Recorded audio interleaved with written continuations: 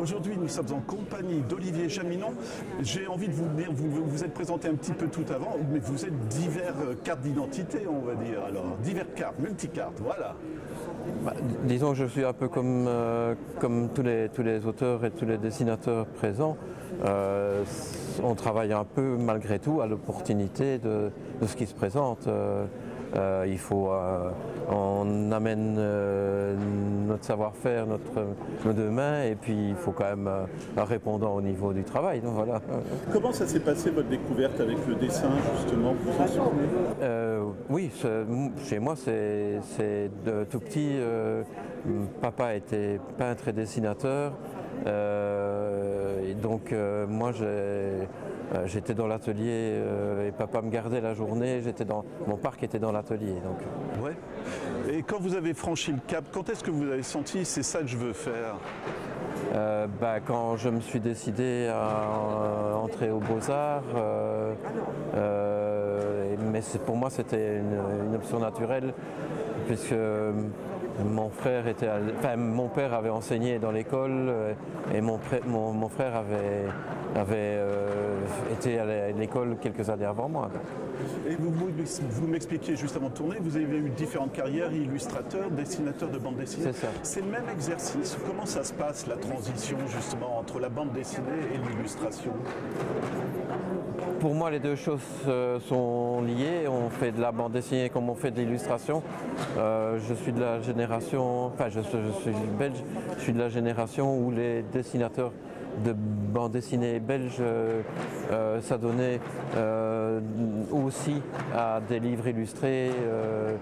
Et c'était assez naturel de passer à l'un à l'autre. Ouais. Ce que je trouve intéressant, j'avoue, je ne connais pas vos créations, mais j'ai l'impression que vous changez de style par rapport au sujet. Est-ce que je me trompe?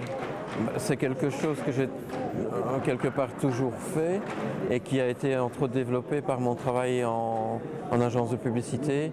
Vu que j'ai dû m'adapter chaque fois, faire on va dire quasiment du sur-mesure pour le client.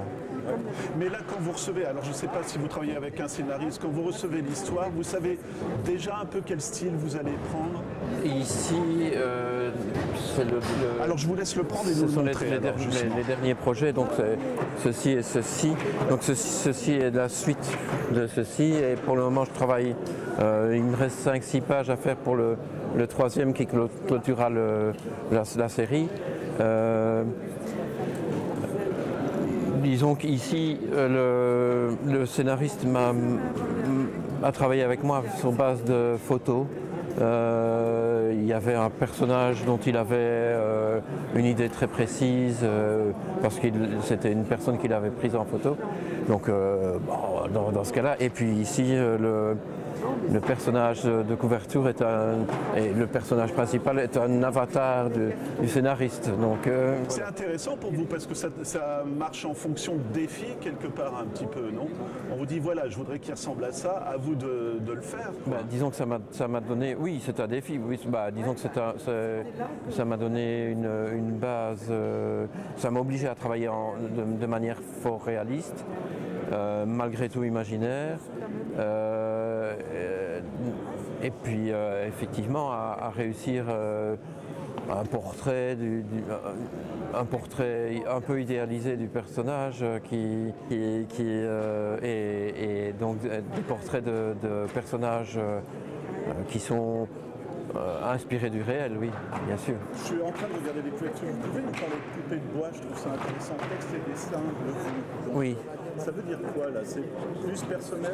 C'est tout à fait personnel, oui. C'est quelque chose que j'ai fait sur mon parcours pour aller au travail.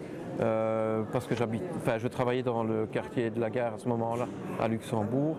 Et donc c'est mon chemin depuis la gare jusqu'à... et un chemin que je pratiquais souvent, et j'ai eu l'idée en marchant d'inventer cette histoire, oui.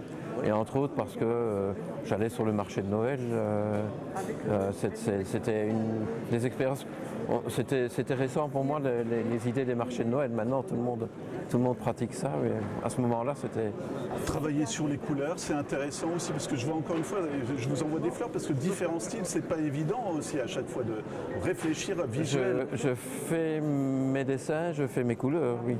Et je produis, parce que j'ai aussi, je fais des montages de mon travail. Donc oui, maintenant je suis, j'essaie d'avoir une expérience le plus complète possible en adaptant, en écrivant, en adaptant. C'est pas pour ça que ça amène plus de notoriété, mais bon, oui, il faut se débrouiller. Disons que ça faire un peu tout seul ou bien avec un partenariat, avec un partenariat on peut arriver à plus loin que ce qu'on peut faire tout seul, mais j'ai aussi toutes sortes de projets personnels, oui. Ouais. Oui. Justement, vous parliez de partenariat, je vois aussi Jaminon, 3 dessinateurs du même famille, évoque Liège et sa région, c'est génial. Là, effectivement, là j'ai rassemblé, ce sont des vieilleries et que je me suis dit, si moi je ne le fais pas, et d'ailleurs c'est un projet que j'ai porté tout seul, quasiment, j'ai essayé de rendre hommage à mon père, à mon frère, et puis parce que, on va dire, trois récits que je m'étais amusé à mettre en couleur, pouvaient faire un album, et donc c'était une manière de garder ça et puis faire une histoire familiale, c'est un album de famille. Voilà, c'est toujours réfléchir à quelque chose à créer. J'ai l'impression, ça je le dis comme ça, c'est chouette chez les artistes, c'est que de toute façon vous vous ennuyez pas, c'est impossible, je pense. On fait d'abord ça par passion, on fait d'abord ça par envie, et puis on essaye de le diffuser un petit peu, oui, voilà. Pour que ça fasse plaisir. Faire plaisir aux gens. On fait ça de manière le plus possible spontanée et on essaie de y mettre tout son cœur. Oui, ça c'est la première chose à faire. Voilà, Olivier, toute dernière question. Ces créations, on les trouve où sur Internet? On tape votre nom on peut les disons oui, celles qui sont éditées avec éditeurs, mais des éditeurs qui existent toujours. On peut les trouver sur le site de l'éditeur. Pour moi, je travaille aussi avec le service du livre luxembourgeois en Belgique, et donc on peut les trouver à la boutique de ce service-là qui est à Marchand-Famenne. Autrement, le plus souvent, pour moi, c'est surtout en salon. Voilà.